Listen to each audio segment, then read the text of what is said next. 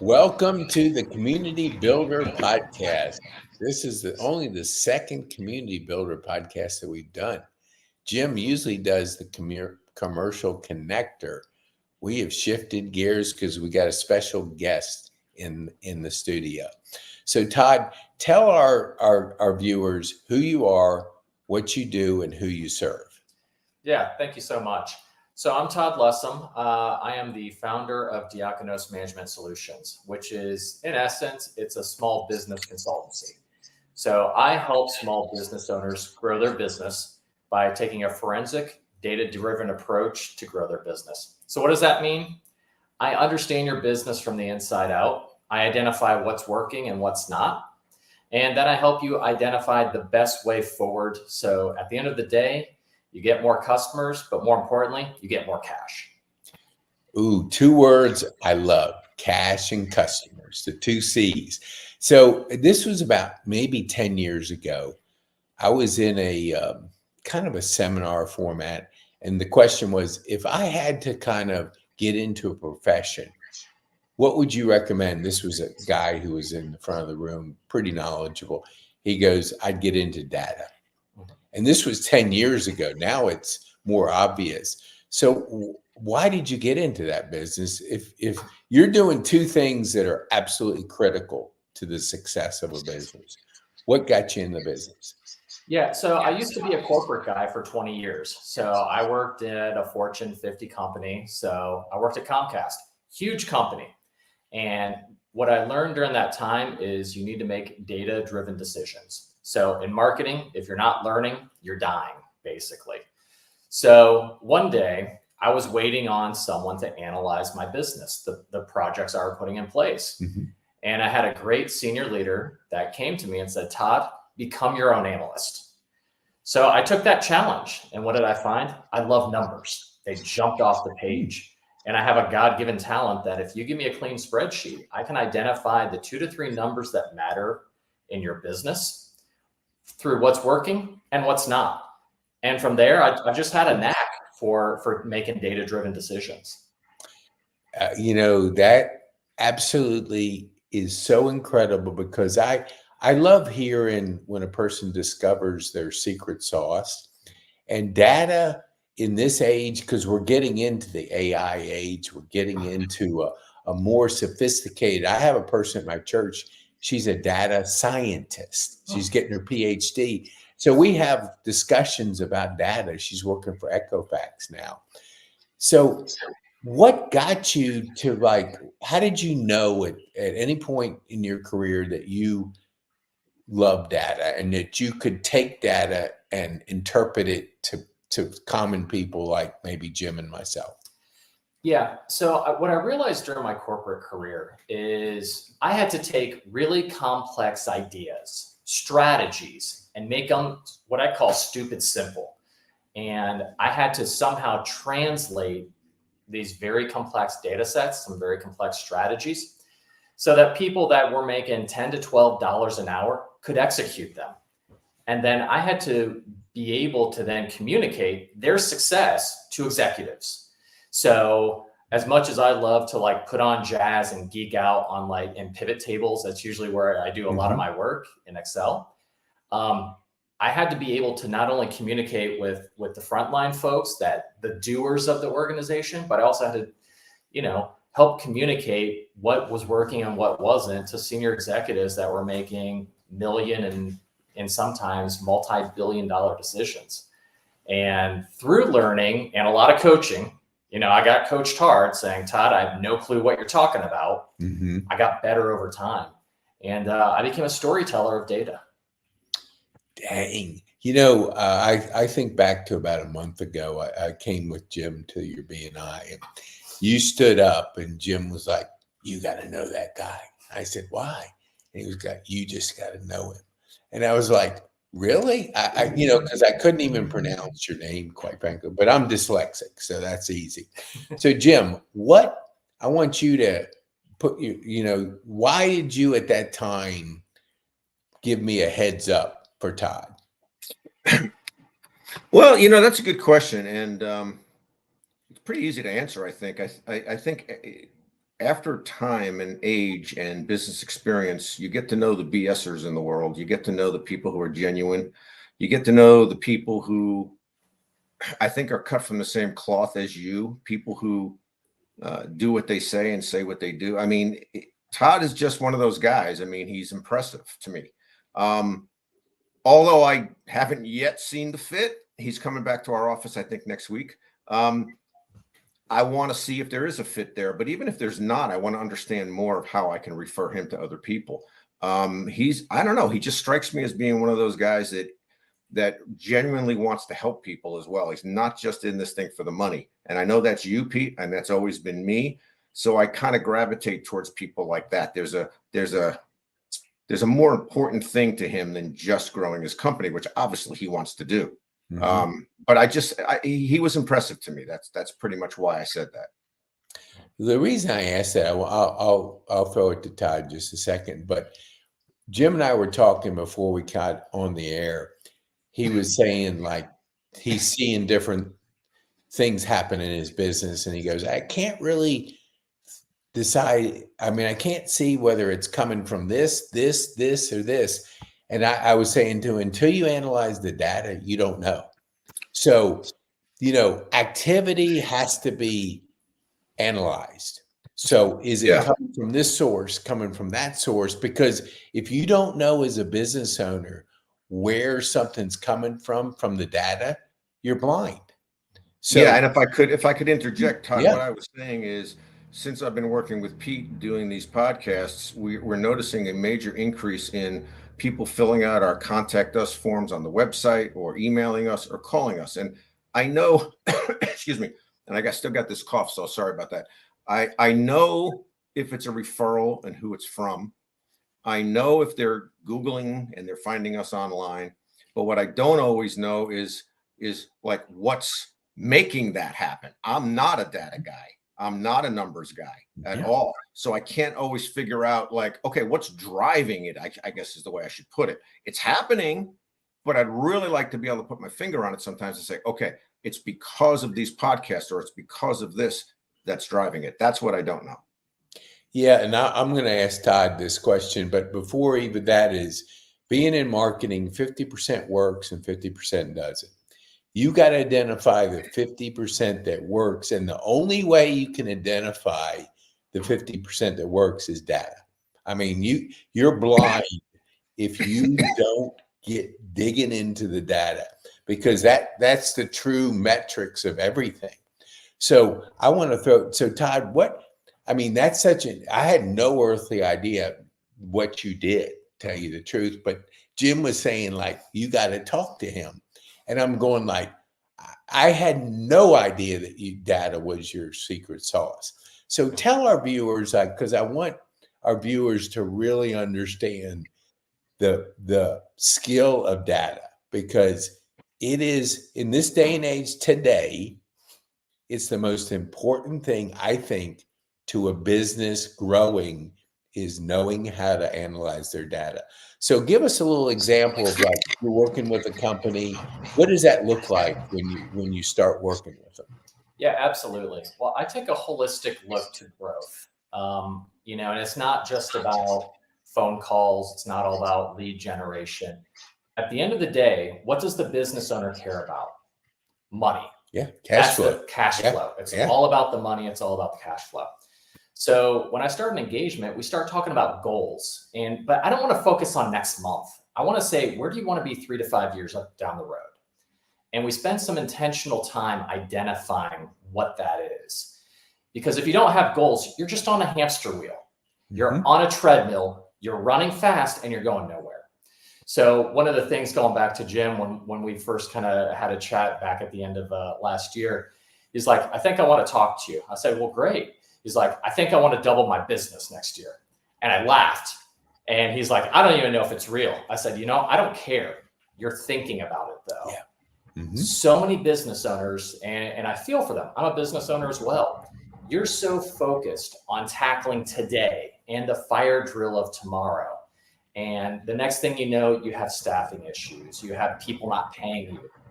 You don't have time to worry about, how am I getting my next customer? How am I going to drive my growth? And I'm a concierge service. I come in and help fill that role within for small business owners to help them think about growth using a data-driven approach, to help them set goals, to look at what works and what doesn't, to help them say, if you want to be here in 3 to 5 years, let's now work our way backwards and start to really, using a forensic approach, let's look at your business. One of the first things I ask for is your P&L sheet. So there's a huge level of trust that needs to occur. Why? I'm a little bit different. I could be, I call myself a fractional CMO, Chief Marketing Officer. Mm-hmm. I may switch it to a fractional Chief Growth Officer. Why? Mm-hmm. Because I'm looking much more broadly. I am looking at your sales. I'm looking at your marketing. I'm looking at your P&L to see what's profitable and what's not. That's an important key.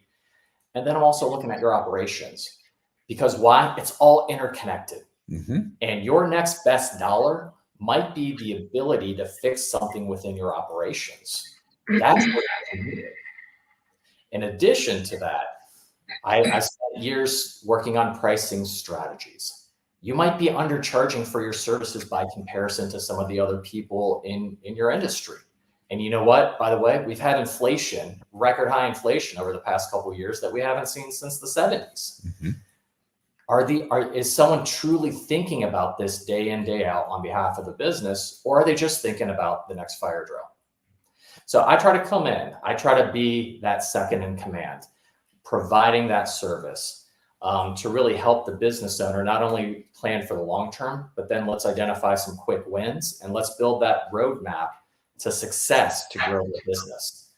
And then after we start to understand all those tenets, then we start doing the marketing fairy dust, honestly. Mm-hmm. That's when we start doing tactics. That's when we start identifying, do you have the right marketing agencies in the mix today or tomorrow? Do we need to fire some people, or are they good? And honestly, when I come into these organizations, I prefer not to get rid of people. Why? It's hard work to do the change management. Mm-hmm. It's a pain in the butt. Mm-hmm. I don't want to do it, but if they suck, they need to go. I work for the business owner. And I think most critically, going back on the data front, whether I'm a chief growth officer, chief marketing officer, forget the name for a moment, I try to be the connector key between the business owner, their financials on their growth P&L, and then also working closely with the marketing agencies so that I can work with them to understand, are they on strategy or not? Or more importantly, is there a strategy? Mm-hmm.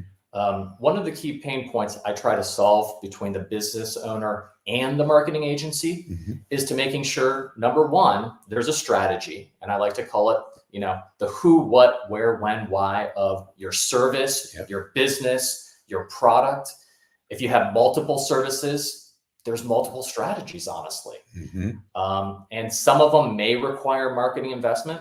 And guess what? Some don't. It's just maybe a better sales process. So I try to make sure on behalf of the business owner, they're focused on the right things that will drive growth from marketing, from sales, but at the end of the day, from a cash flow perspective.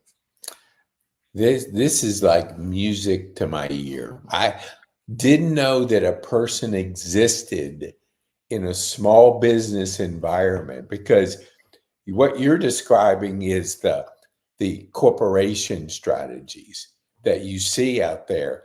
But, small businesses are the heartbeat of everything. Absolutely. So if you can't get a small business to a bigger business, it's always going to be a small business.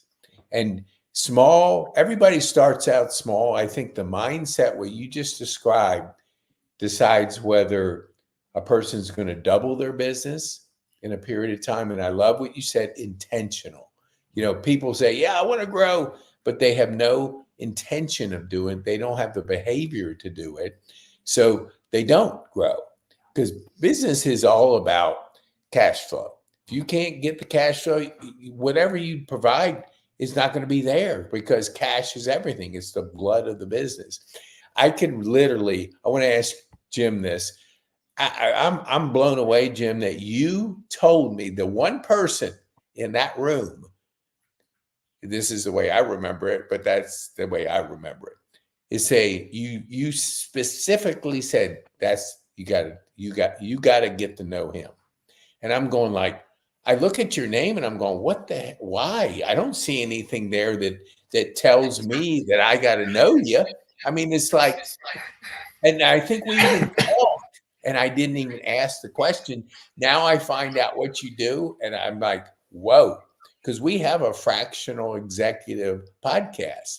And I was telling Jim that my technology guy is a high level IT guy. I mean, high level. He sees that the key was just what you said. If any company is going to grow, they have to hire fractional people because I couldn't hire you at your rate, but could you provide fractional services to help a business? Because if you increase your cash flow, hey, that's all that matters. Anything. So Jim, I'm going to throw it back to you. What on earth, I know you've told us a little bit, but what gave you the idea how long have y'all known each other? Since Todd joined the group, so I'll let him answer that. When did you join the group, Todd? Yeah, so I officially joined back in October. Okay.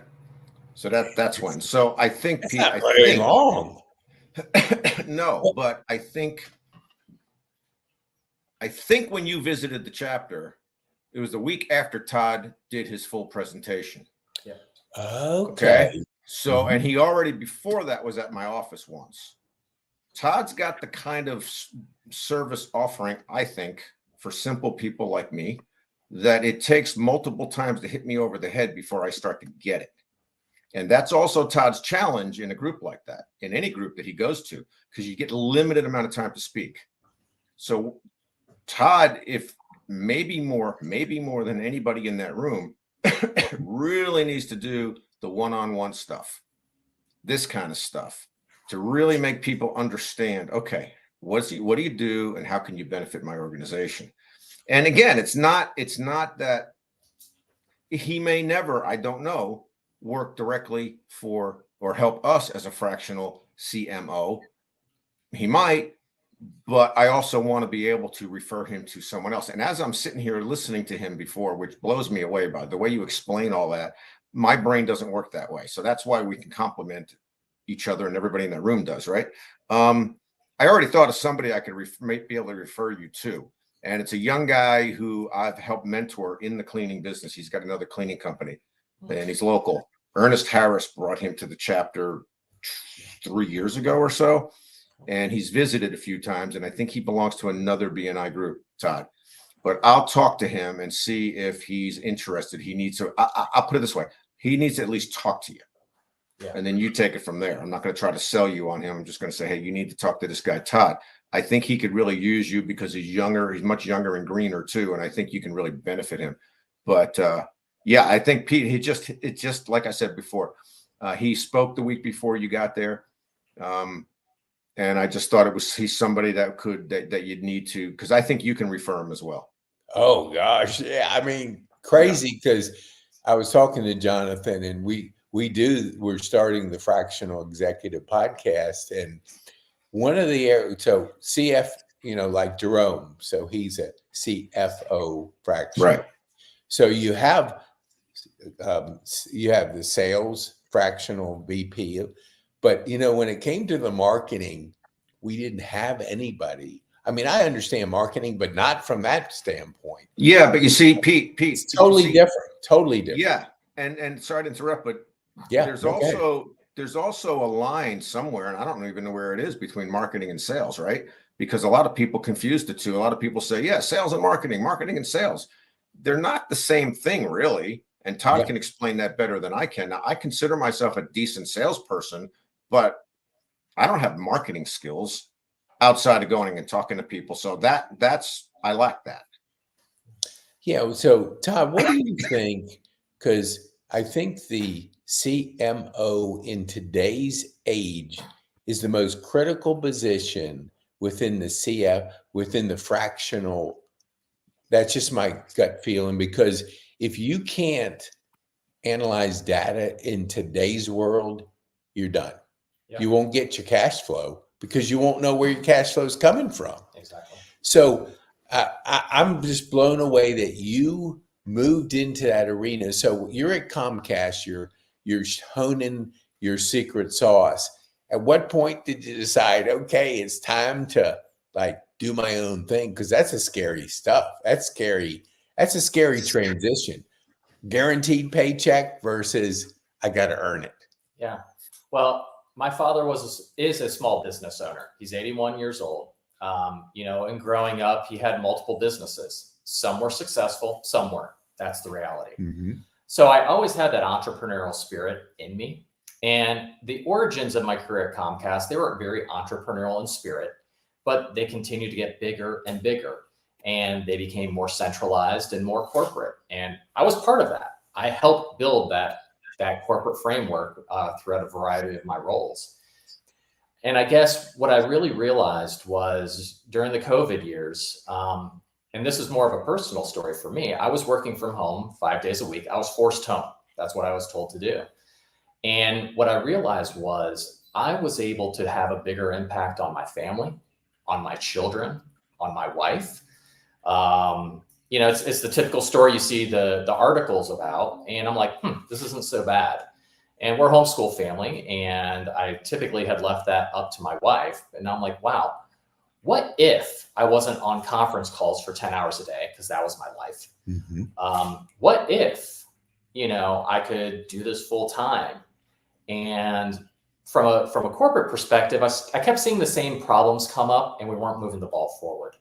I was a startup guy at Comcast. So I came in and led startup teams, or I led the rebuild teams. And all through that, we had to deliver results today while building the systems and infrastructure for the future.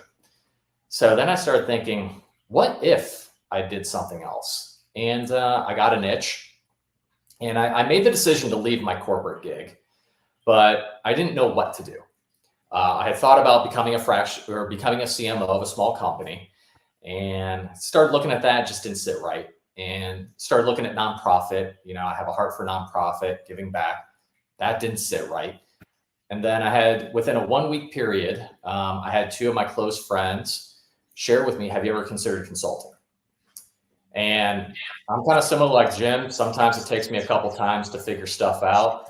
But I've realized that when something happens, or I'm communicated an idea or a concept 2 times within a short period of time, that's God speaking to me. So I said, let me think about that. And next thing I know, I'm building out my business case to launch my company. I'm laying down the foundations of what it will look like. I'm starting to work on the who, what, where, when, why of my business. And the decision was made. And next thing I knew, I selected a day when I was going to walk away from my corporate gig and go into business for myself. Dang, excuse me, that takes balls. I mean, it just does. I mean, because I love it because the corporate gig is very predictable. You get a check. You can literally show up and do minimal effort and get a check. Yeah. Because you can hide in a corporation easy. Just deliver a few things so you're not on the S list where they're looking at you and going, are you producing? So that too, the idea that you can look in the mirror every morning, and if you don't create value, you don't get a check. Yeah. And so that takes guts. So I want to be respectful of Jim's time, because I promised him we would stay within the time, but I want you to come back, because I want you on with Jonathan, because this guy geeks out on numbers like I've never seen. And he knows how important numbers are to the growth of a business. And so yeah, that would be cool. Now, would you tell our viewers how can they get a hold of you? Yeah, absolutely. Well, I believe my website or my email address just popped up. Just drop me a line, shoot me an email, and I would love to, if you want to learn more about me, my journey, my business, or just want to talk shop, feel free to reach out to me. I'm a busy man, but I always love having conversations and just learning about other people and where they're at on their journey. We're all on a journey somehow, some way. And something Jim had said earlier, that really struck my heart, and it's true. It's like he genuinely thinks I'm trying to help. I am here to help. Mm-hmm. And that's what I talk about. I'm here to help. Am I for everyone? Absolutely not. I have criteria with the people I work with. And, I share that at a different time. But the core thing is the stuff I do, I don't necessarily tell business owners what they want to hear.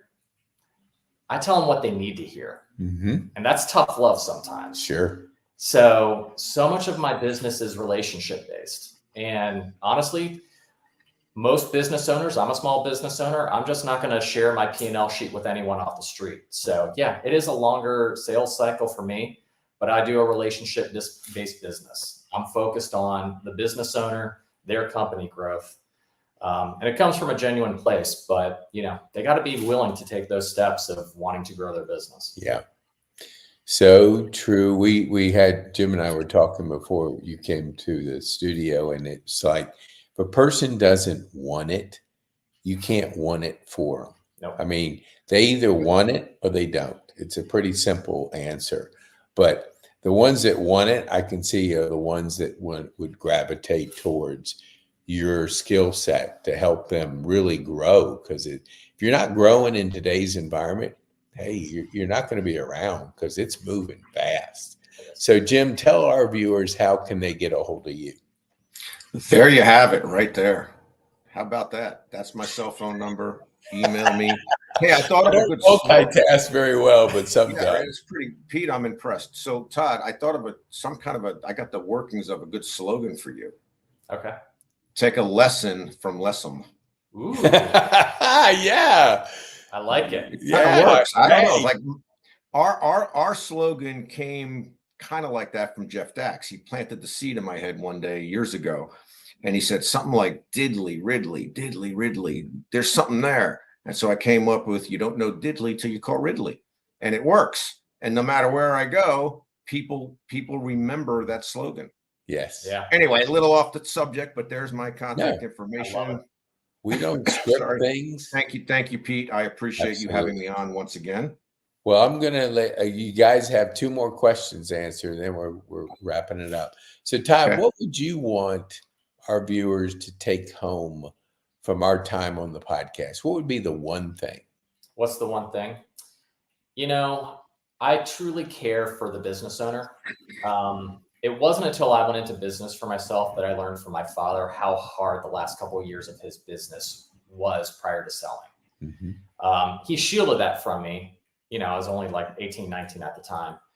So whenever I'm sitting across the table from one of my clients, I see my father across the table from me, and I see my parents because they were in business with one another. So I know a lot of people, it's hard to run a business. That's the reality. So I would, my heart is to bring my Fortune 50 secrets, my Fortune 50 expertise to the small business owner that wants to grow. Mm-hmm. And it is a relationship-based business. It's not, at the end of the day, it's dollars and cents, but it's all about the relationship for me. Oh, I love that. Jim, you got a tough one to follow. What's the one thing that you want to have our viewers take home from this time? Well, around selling insurance for his whole life, my dad also had some businesses, and as Todd said, some didn't work out so well and some did. So I learned some things from him too, but I think what's important to me and is important to Ridley is customer service. And the customer service part is easy because I do care. And the trick for us too, and it's not really a trick for, let me put it this way, it's a trick for other service-oriented businesses, is to care as much for that once a month clean, client that you might be making $25 on, as it is to the one that you're billing thousands and thousands and thousands of dollars a month. That they all mean the same to us. We give them all the same attention. It's not like we put the small guy on the back burner because we got to focus on the other. No, we got to give them all the same customer service. And that's what I think is real important in the service business, because again, you cannot always control some things. Mm-hmm. I can't tell you that our cleaner in Buford or in wherever, Ackworth, is not going to miss a trash can. They're trained, but sometimes they're going to do that. But what we can control, we have to focus on controlling. And there's no excuse for not returning phone calls, texts, emails, not taking care of things, not giving them the support that they deserve. And that's where I think a lot of service companies fall down.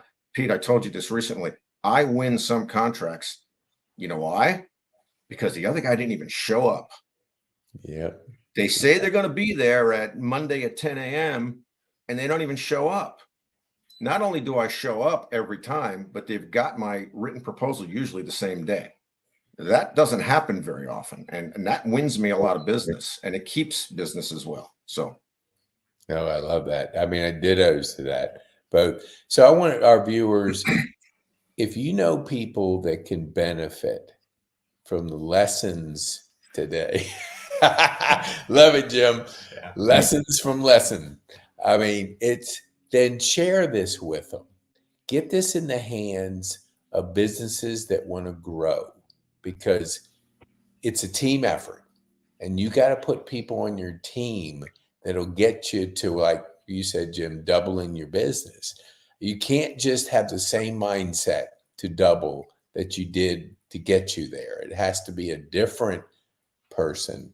And that person is like lining yourself with like Todd's skill that is going to provide, a different view on your business that'll allow you to kind of grow.